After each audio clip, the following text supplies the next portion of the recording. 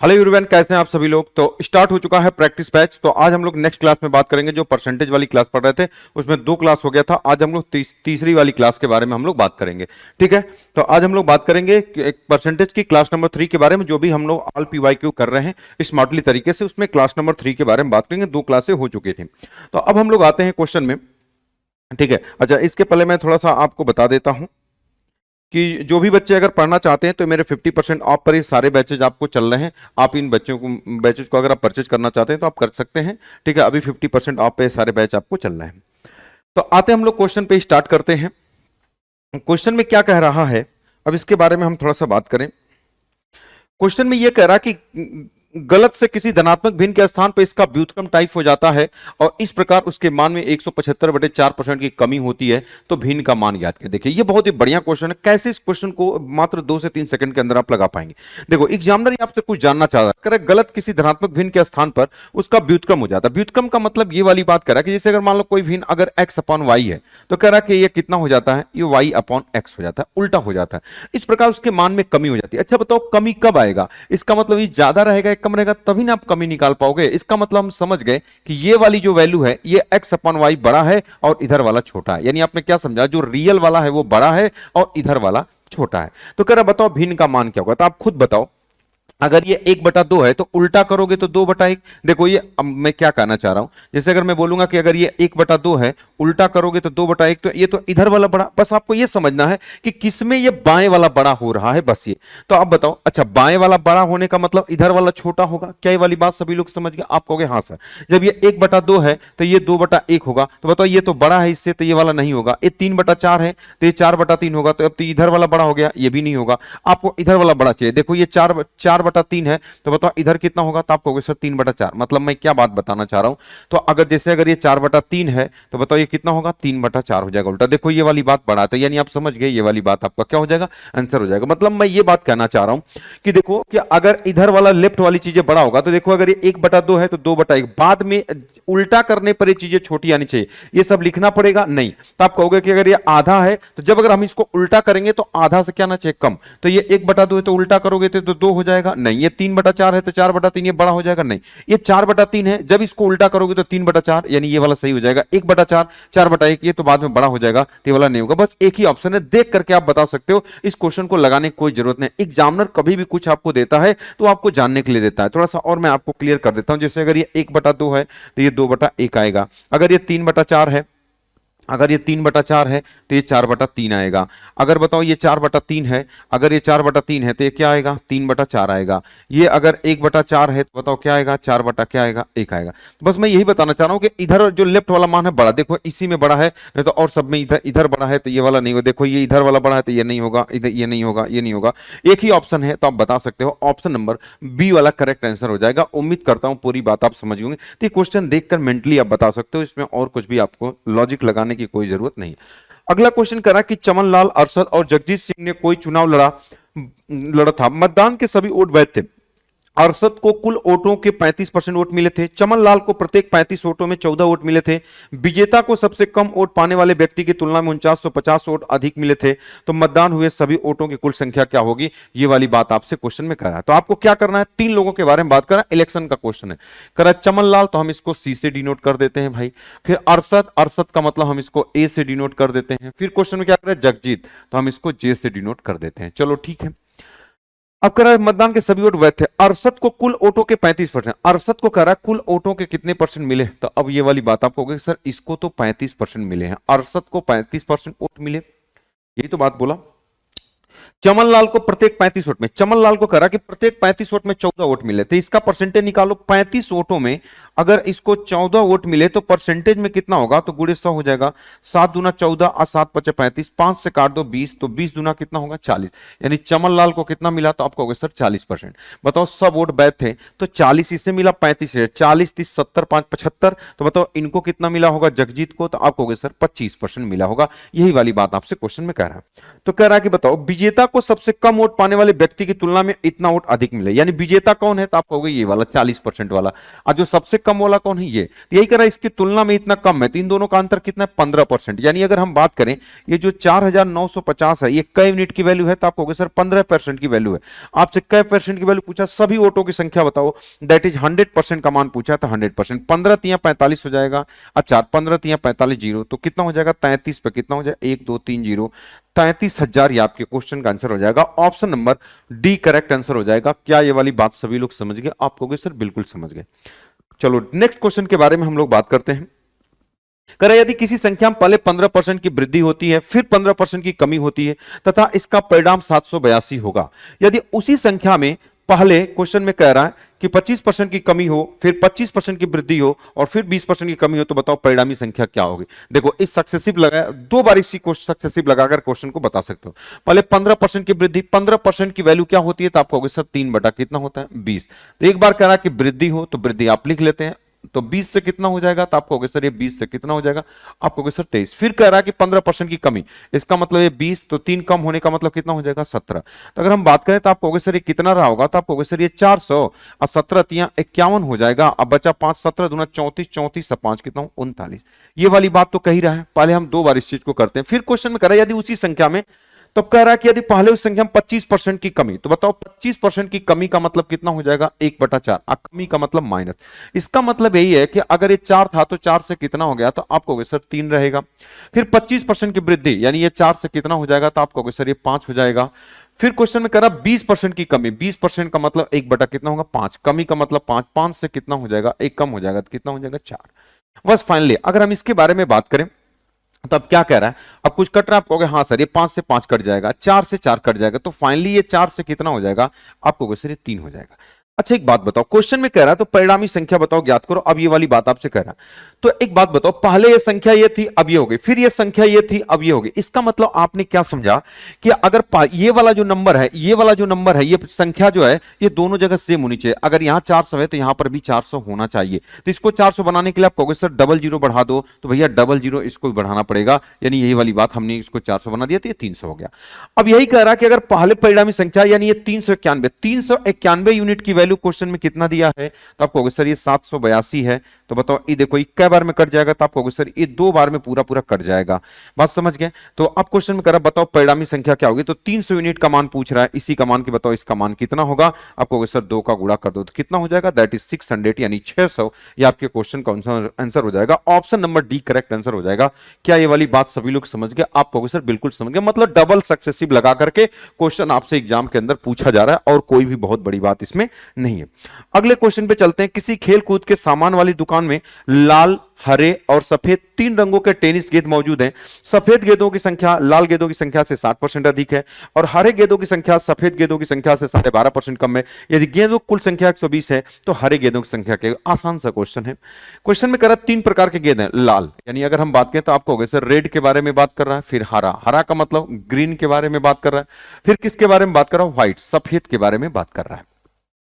Question में कह रहा है 3 रंगों के टेनिस के सफेद गेंदों की संख्या लाल गेंदों की संख्या से 60% अधिक है। पहले बताओ 60% का मतलब 3 बटा कितना होगा 5, अधिक का मतलब अगर एक 5 होगा तो दूसरा कितना होगा 8। कह रहा सफेद गेंदों की संख्या जो सफेद व्हाइट है वो सफेद गेंदों की संख्या रेड वाले गेंदों की संख्या से कितना अधिक है, इतना। इसका मतलब अगर ये रेड वाला 5 होगा तो ये कितना होगा, ये 8 होगा। इसमें और इसमें अनुपात दिया था तो हमने लिख दिया। और हरे गेंदों की संख्या यानी इसके बारे में, हरे गेंदों की संख्या सफेद गेंदों की संख्या से 12.5%। ये कह रहा है कि 12.5, 12.5 का मतलब कितना हो जाएगा 1/8। कम का मतलब माइनस, यानी एक 8 है तो दूसरा 7। क्वेश्चन में कह रहा है यदि हरे गेंदों की संख्या सफेद गेंदों की संख्या से इतना कम है, यानी हरा वाला ये वाला कम है, इसका मतलब कि अगर ये 8 होगा तो ये कितना हो जाएगा, दैट इज 7 हो जाएगा। बस देखो अब ये चीज बराबर है तो कोई दिक्कत नहीं है। अगर ये 5 है तो ये कितना हो जाएगा, तो आपको गुस्से 7 हो जाएगा, ये कितना हो जाएगा, दैट इज 8 हो जाएगा, 8। मतलब इनके संख्याओं का अनुपात 5, 7 और 8। करा यदि कुल गेंदों की संख्या 120 है तो हरी वाली यानी 7 की बात पूछा है, 7 का मल्टीपल सिर्फ से इसी में है। Option number D correct answer हो जाएगा। लगाना चाहते हो तो लगा सकते हो। तीनों गेंदों की संख्या के 7, 5, 12, 8 कितना हो जाएगा, तो आपको सर ये 20। अब 20 यूनिट की वैल्यू कितना हो जाएगा, तो आपको सर 20 यूनिट की वैल्यू अगर 120 है तो क्वेश्चन में कहा 1 यूनिट की वैल्यू कितना हो जाएगा, तो आपको होगा सर 20 छक्का 120। तो कौन सा पूछा, 7 यूनिट, तो इसमें 7 का गुणा कर दोगे तो 7 छक कितना हो जाएगा, दैट इज 42। 42 आपके क्वेश्चन का क्या हो जाएगा, आंसर हो जाएगा। अगला क्वेश्चन क्या करा, 3 व्यक्ति एबीसी अपने मासिक वेतन का क्रमशः 10%, 7% और 9% एक धर्मा ट्रस्ट को दान करते हैं। यानी ये कह रहा है कि अगर कोई व्यक्ति अपनी अपनी इनकम का मासिक वेतन का क्रमशः 10%, 7%, 9% एक ट्रस्ट को दान करते हैं। अब फिर क्वेश्चन में कह रहा है ए और बी अपने ए और बी का मासिक वेतन बराबर है यदि ए और बी के दान के बीच का अंतर रुपए 900 है, यदि सी की तुलना में ए और बी के द्वारा किया गया कुल दान 600 रुपए अधिक है, तो सी का मासिक वेतन क्या होगा। ये वाली बात आपसे पूछ रहा है। यानी ये वाली बात कर रहा है कि कोई भी चैरिटी के बारे में बात कर रहा है कि चैरिटी कितना कितना देते हैं। अगर हम चैरिटी के बारे में बात करें, अगर हम चैरिटी के बारे में, दान के बारे में बात करें कि कितना देता है, तो जितना इनकी इनकम है, ए 10% देता है, ये 7%, ये 9%। यानी अगर एक इनकम अगर ए है तो वो अपने इनकम का कितना दे देगा, तो आपको होगा सर ये 10% ए। अगर हम ये वाली बात करें तो आपको होगा 10% ए दे देगा, मतलब ये अपने इनकम का 10% दे देगा। बी कितना दे देगा, 7%। तो अगर हम कह दें तो आप, मैं कह सकता हूं कि ये 7% ए कितना हो जाएगा, तो आपको होगा सर ये बी हो जाएगा। 80 अपनी इनकम का कितना, तब आपको होगा सर ये 9% कितना हो जाएगा, सी। मतलब जितनी इनकी इनकम है उसका 9%, ए अपनी इनकम का 7% और ए अपनी इनकम का 10% दे देगा। मतलब हमने मान लिया एबीसी की इनकम ए, बी और क्या है, सी है, तो ये इतना क्या करते हैं, दान में दे देते हैं। ठीक है। अब कह रहा है ए और बी का मासिक वेतन बराबर है। यानी ये कह रहा है कि इनका और इनका मासिक वेतन क्या है, बराबर है। यानी ये वाली बात क्वेश्चन में कह रहा है कि यदि ए और बी का मासिक वेतन क्या है, बराबर है, और कह रहा है इनके बीच दान का अंतर कितना है, 900। यानी ये कह रहा है कि भैया जो ए और बी का, देखो ध्यान से समझिएगा, ये कह रहा कि मासिक वेतन बराबर है। ध्यान से समझिएगा, मासिक वेतन बराबर। तो बताओ ए का वेतन कौन है, ए, अब बी का वेतन कौन है। यानी ये कह रहा कि ए बराबर क्या है, तो आपका होगा सर बी है। इसका मतलब कि जहां ए है वहां बी लिख सकते हैं, चाहे बी की जगह ए लिख सकते हैं, अगर हमको जैसे जरूरत पड़े। मतलब हम अगर कहें कि बी को हटा करके क्या हम इसके जगह ए लिख सकते हैं, आपको होगा बिल्कुल लिख सकते हो। इसको 7% बी पढ़ो चाहे 7% ए पढ़ो, बात एक ही है। क्या ये वाली बात समझ गए। तो आप बोल सकते हो कि ये इसका दान 10% ए है और इसका दान 7% ए है। अब क्वेश्चन में करा यदि ए और बी के दान के बीच का अंतर 900, यानी आप बोल सकते हो कि इनके बीच दान का अंतर कितना है, तो आपको सर ये 7 ए है और यहां पर कितना है, 10 ए। तो आप बोल सकते हो कि क्वेश्चन में कि 3% ए या 3a% बोल सकते हो। यहां पर कि क्वेश्चन में आप बोल सकते हो कि 3% ए। अब बराबर क्वेश्चन में कितना हो जाएगा, तो आपको सर कितना हो जाएगा, आपको सर 900। तो अगर हम ये वाली बात कहें तो अगर आप कहोगे सर ए बराबर कितना होगा, तो अगर हम कहें कि देखो अगर हम ये 3 से काट देंगे तो 3 3 9। अगर हम ए की इनकम निकालना चाहें तो क्या आप निकाल सकते हो, कहोगे सो बिल्कुल निकाल सकते हो। 3% ए का मान अगर 900 है तो बताओ 1% या 9% अगर ए का मान निकालना चाहेंगे, ए बराबर कितना होगा, या 1%। 3 से अगर हम यहां पर काट भी दें तो 3 3 9 हो जाएगा। बात क्लियर है। तो यहां 1% का मान, तो ए बराबर कितना होगा, तो आप कहोगे सर 300 और 00 बढ़ जाए, क्योंकि 1% का मतलब 1/100। अगर हमको ए की आय निकालना होता तो हम ये चीज निकाल देते, यहां पर ये चीज आ जाता। अब करा यदि सी की तुलना में ए और बी के द्वारा दान किया गया कुल दान 600 रुपए अधिक है। यानी ये कह रहा है कि यदि ए और दान के बीच का अंतर 900, चलो ठीक है। तो अगर हम ये वाली बात कहें, अगर आप यहां से निकाल सकते हो कि 3a% का मान इतना है, तो ए की इनकम कितनी है, 30,000 रुपए, तो हम बोल सकते हैं बी का भी। अब कह रहा है यदि ए और बी के द्वारा बीच का अंतर 900, यदि सी की तुलना में ए और बी के द्वारा किया गया कुल दान 600 रुपए अधिक है। यानी ये कह रहा है कि अगर इनके बीच में जो दान का अंतर है, या इनके बीच में दान का कुल योग, ये वाली बात क्या कर रहा है क्वेश्चन में, यदि ए और बी के दान के बीच का अंतर 900 रुपए है। चलो ठीक है, हमने कर दिया कि कितना अंतर है, तो आप कहोगे 3a का अंतर है। चलो ठीक है, लगा दिया क्वेश्चन में 3a का अंतर है। फिर क्वेश्चन में क्या करा, सी की तुलना में इतना अधिक, तो बताओ सी का मासिक वेतन क्या होगा। ये वाली बात आपसे क्वेश्चन में कह रहा है। बात समझ गए। क्वेश्चन में क्या करोगे आप, यहां पर थोड़ा देख लेता हूं, क्वेश्चन में कुछ गड़बड़ लग रहा है क्या यहां पे। 1 मिनट देख लेता हूं, यहां पर रुक जाओ, चेक करता हूं।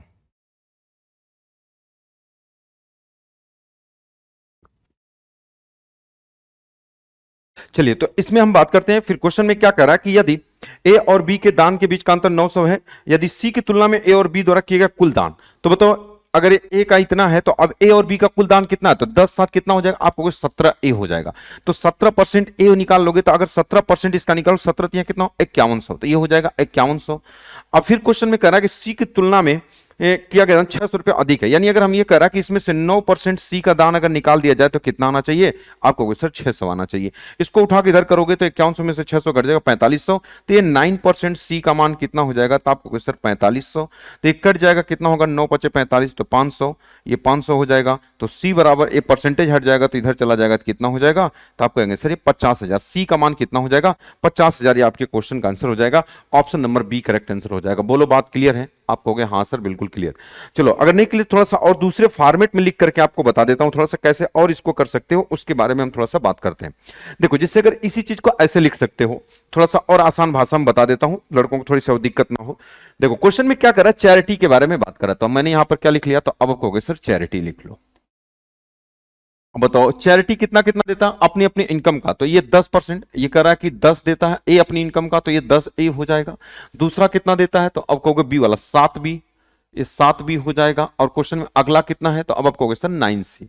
अच्छा, आप कहोगे सर ये तो परसेंटेज में, तो एक काम करता हूं, सबके आगे परसेंटेज लगाने से अच्छा है कि हम एक काम करते हैं कि बाहर परसेंटेज लगाते हैं, इसमें गुणा करोगे तो 10% ए, ये 7% बी और ये 9% सी हो जाएगा। क्या वाली बात समझ गया, इतने से थोड़ा कैलकुलेशन और अच्छे से आपको समझ में आ जाएगा। अब क्वेश्चन में ये वाली बात कहा, यदि ए और बी का मासिक वेतन बराबर है, तो ए और बी का मासिक वेतन, यानी ये कह रहा है मासिक वेतन बराबर है। वेतन बराबर होने का मतलब ये कह रहा है ए और बी बराबर है, यानी आप बी को हटा करके या ए को हटा करके आप उसके जगह इसको आप लिख सकते हो। तो आप इसके जगह क्या लिख सकते हो, ए लिख सकते हो, चाहे इसको हटा करके बी लिख सकते हो। अब कह रहा है यदि ए और बी के बीच के दान का अंतर, यानी इनके बीच का अंतर कितना है, तो आप कहोगे 10 ए और 7 ए, तो आप कहोगे सर ये 3 ए, तो 3 ए बराबर क्वेश्चन में कितना हो जाएगा, तो आप कहोगे सर ये कह रहा है 900। तो क्या आप बोल सकते हो कि ए का मान कितना हो जाएगा, तो आप कहोगे सर कि अगर ये 3 बार में कट जाएगा तो कितना हो जाएगा 300, यानी हमने ये पता कर लिया कि ए बराबर कितना हो जाएगा 300। तो अब क्वेश्चन में क्या करें, यदि सी की तुलना में ए और बी द्वारा किया गया कुल दान, तो ए और बी का कुल दान कितना है, तो आप कहोगे 10 ए और 7 है, 10 7 कितना होगा 17 ए। तो दोनों का दान, ए का मान अगर यहां पर 300 है तो 17 ए, तो 17 तिया कितना हो जाए, आप कहोगे सर 5100।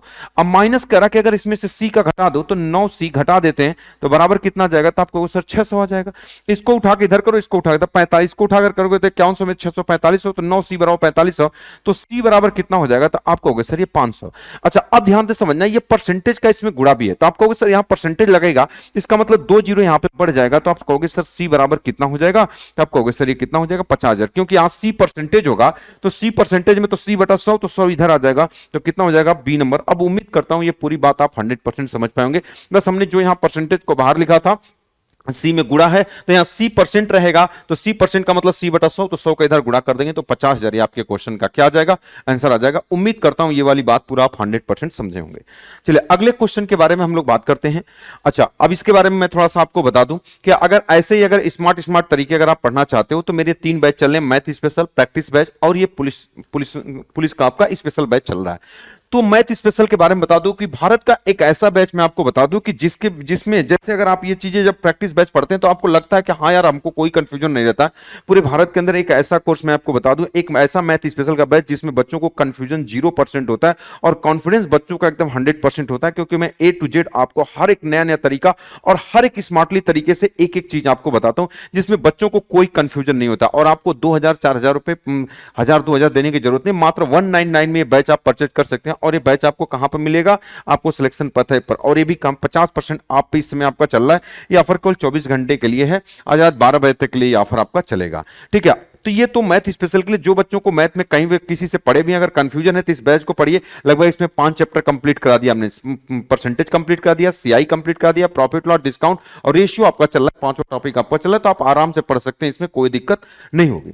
और जो बच्चे कहीं भी पढ़े हो कंफ्यूजन हो तो आप इस बैच को लेके पढ़िए, आपका कॉन्फिडेंस 100% बढ़ेगा। दूसरी बात ये प्रैक्टिस बैच, जो बच्चे कहीं पर भी पढ़ चुके हो, अगर उनकी स्पीड नहीं बढ़ रही तो इस बैच को आप ज्वाइन करिए, मैथ प्रैक्टिस बैच, जिसमें हम सभी टॉप लेवल के क्वेश्चन को, एसएससी के क्वेश्चन को, आपके रेलवे के क्वेश्चन को, सीपीओ के क्वेश्चन को, जीडी के क्वेश्चन को, हर एग्जाम के टॉप लेवल के क्वेश्चन को डिस्कस करते हैं स्मार्टली तरीके से। जो बैच हमारा 14 मार्च से चल रहा है, तो इसको आप कर सकते हैं। ये बैच मात्र 99 रुपीज में आपका ऑफर में चल रहा है। और ये बैच आपको कहां पर मिलेगा, तो आप कहोगे सर ये भी बैच आपको वहीं पर सिलेक्शन पर मिलेगा।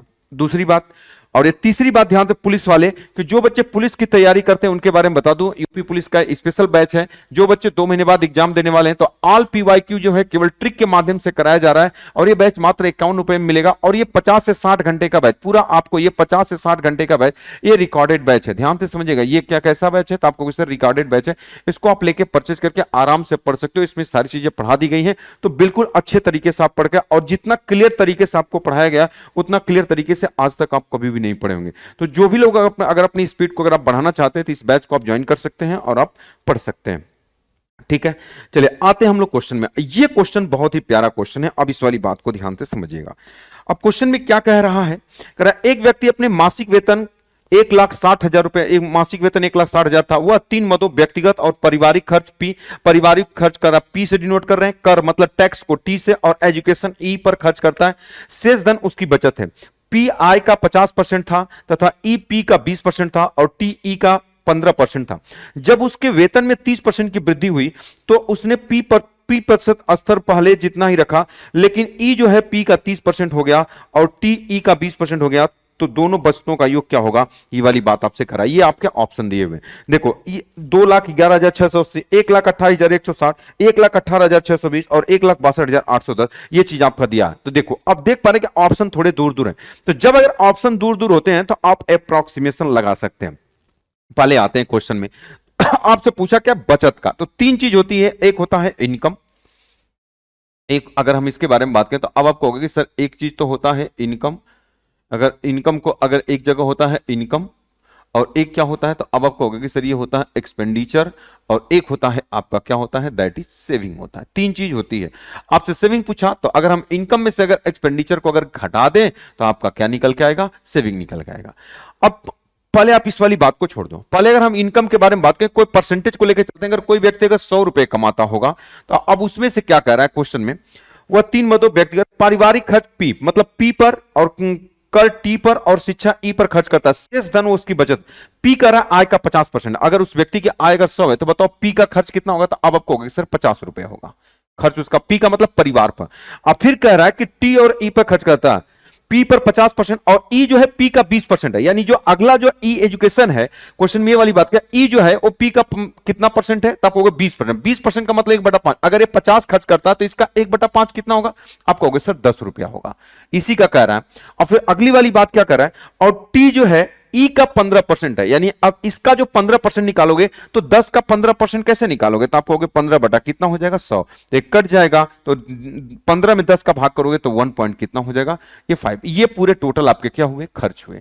तो अब बताओ बचत कितना होगी, आप कहोगे 100 में से अगर 50, 60, 61.5 अगर खर्च कर दोगे, तो 100 में से अगर 61.5 अगर खर्च कर दोगे तो बताओ बचेगा कितना, तो आप कहोगे सर ये 38 दशमलव कितना बचेगा, आप कहोगे सर ये 5%, 38.5% आपका क्या होगा, बचेगा। फिर अगली वाली बात क्या है, जब उसके वेतन में 30% की वृद्धि हुई, तो जब ये 30% की वृद्धि हुई तो कितना हुआ होगा, तो आप कहोगे सर 130। बहुत ही बेहतरीन क्वेश्चन है। वृद्धि हुई तो पी का प्रतिशत स्तर उतना ही रखा गया, मतलब 50%। बताओ 130 का 50% कितना होगा, तो अब आप कहोगे सर 65। अब थोड़ा ध्यान से समझना है, 65 हो जाएगा। तो पी का प्रतिशत स्तर जितना था उतना ही रखा गया, लेकिन ई पी का 30%। अब इसका 30% कैसे निकालो, देखो किसी संख्या का 10% निकालना हो तो पीछे से 1 पॉइंट, जैसे अगर ये 65 है तो 10% निकालना हो तो पीछे से 1 पॉइंट लगा, तो 6.5 10%, तो इसी का 3 गुना, तो 3 5 15, 6 3 18, कितना हो जाएगा, तो आपको सर 19.5। क्या ये वाली बात समझ गया, आप कहोगे सर हाँ इस तरीके से। और ई 30% हो गया और टी जो है ई का 20%। अब देखो इसका 20% कैसे निकालोगे, अगर ये 19.5 है तो इसका 10% पहले इधर पॉइंट लगाओगे तो 1.95 होगा, और 20% का मतलब 2 गुना करोगे तो 5 दूना 10, 19 दूना 38 से कितना होगा 39, यानी ये कितना हो जाएगा, आप कहोगे सर 3 दशमलव कितना होगा 9। अब मेरी बात को थोड़ा ध्यान से समझिएगा, जो बात मैं आपको बताना चाह रहा हूं।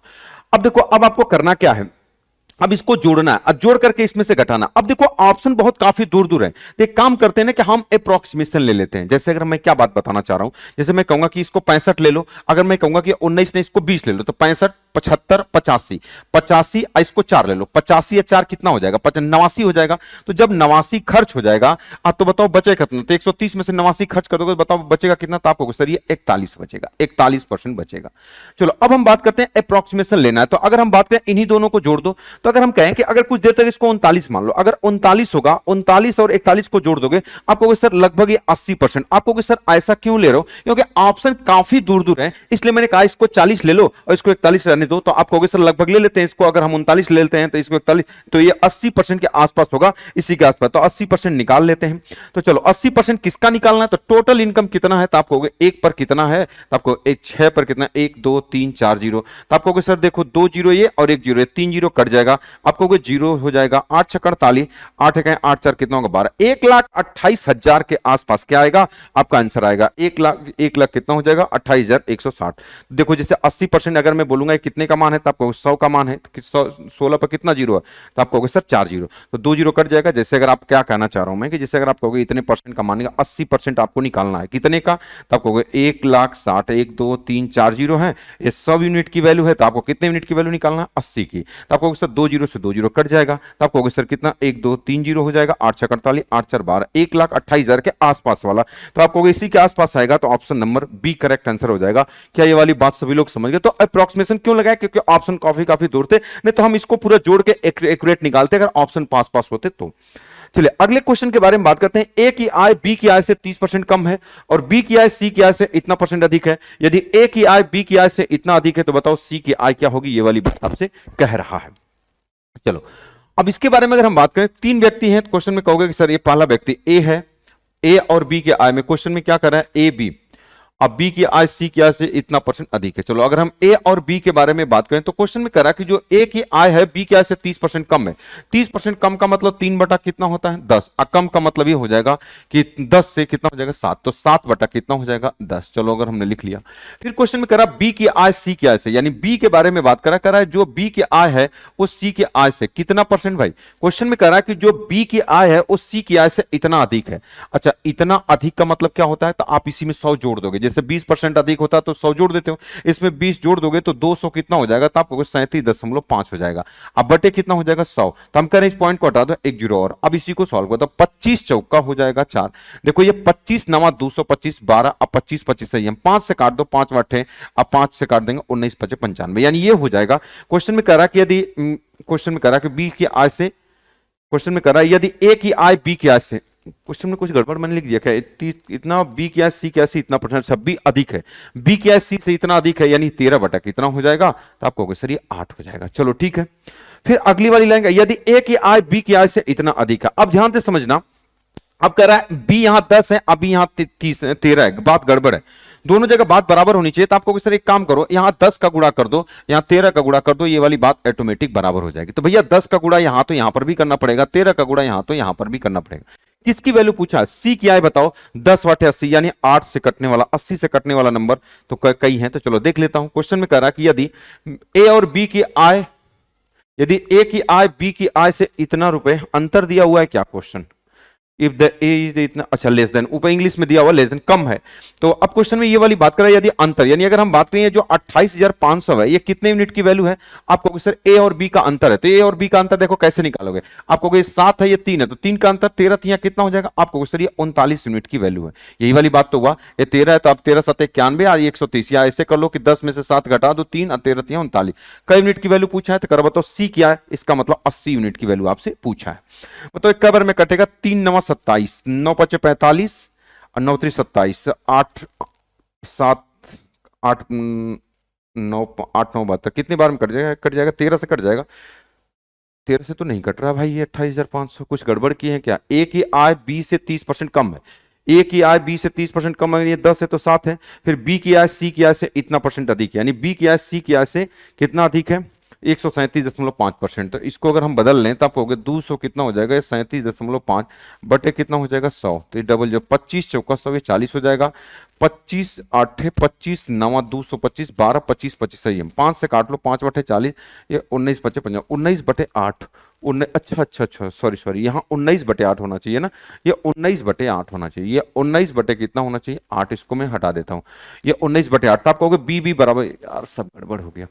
आप कहोगे सर ये 7 बटा कितना है 10, तो बी भी बराबर होना चाहिए। आप कहोगे सर यहाँ पर 10 का गुणा करना पड़ेगा, यहाँ पर कितने का गुणा करना पड़ेगा, आप कहोगे सर 19 का गुणा करना पड़ेगा। बात बराबर है, तो भैया 10 का गुणा यहाँ तो यहाँ पर भी करना पड़ेगा, 19 का गुणा यहाँ तो यहाँ पर भी करना पड़ेगा, ताकि कोई दिक्कत ना हो। अब कह रहा है क्वेश्चन में ए और बी का अंतर, तो ले लेता हूं ए और बी का अंतर। तो ए और बी का अंतर कितना है, तो आप कहोगे 28,500 बटे कितना हो जाएगा, तो आप कहोगे सर ये 7 3 का अंतर है, तो 19 दिया कितना हो जाएगा, आप कहोगे सर ये 57 हो जाएगा। अब गुणे कितना हो जाएगा, क्वेश्चन में कह रहा बताओ सी क्या है, सी क्या है कितना हो जाएगा, दैट इज 80 80 हो जाएगा आपके क्वेश्चन का। देखो ये 5 पे 5 बार में ये पूरा पूरा कट जाएगा, तो ये 500 हो जाएगा, तो हो जाएगा 1 2 3 8 5 कितना होगा 40 40,000 ये आपके क्वेश्चन का आंसर हो जाएगा। 40,000 option number A correct answer हो जाएगा। बोलो बात क्लियर है, हाँ या ना, तो आप कहोगे सर बिल्कुल क्लियर है। तो डाटा थोड़ा सा टफ टफ दिया है, तो डाटा बच्चों ने बोला भी था कि सर टफ टफ डाटा लीजिए, तो हमने सारे एग्जाम के क्वेश्चन के सारी चीजें हमने लिया हुआ। एक परीक्षा में बी ने ए के प्राप्तांक से 20% अधिक अंक प्राप्त किया, ए ने सी से इतना % कम अंक प्राप्त किए, डी ने सी के प्राप्तांकों से 20% अधिक प्राप्त किए, तो डी के प्राप्तांक ए के प्राप्तांक से कितना % अधिक है। ये वाला क्वेश्चन आपको लगाना है। ये क्वेश्चन मैंने पीछे आपको करवाया सेम क्वेश्चन, डाटा भी नहीं चेंज है, तो इसलिए मैं इसको नहीं करवा रहा हूं, डबल 2 बार क्वेश्चन हो गया, पिछले वाले क्लास में मैंने इसको करवाया है। अगले क्वेश्चन के बारे में हम लोग बात करते हैं। अगला क्वेश्चन क्या है कि ए की आय बी की आय से 20% कम है, और सी की आय ए और बी के आय के योगफल का 70% है। डी की आय सी की आय से 25% अधिक है। यदि बी और डी की आय के बीच का अंतर 23,000, तो बताओ ए की आय क्या हो। बस अनुपात निकालो। ए की आय, अगर हम बात करें ए और बी के बारे में बात कर रहा है कि ए की जो आय है, ए और बी में कौन सी बात कर रहा है भाई, ए की आय बी की आय से 20% कम है। इसका मतलब अगर ये 5 है तो ये कितना है, तो आप कहोगे सर ये 4 है, बिल्कुल।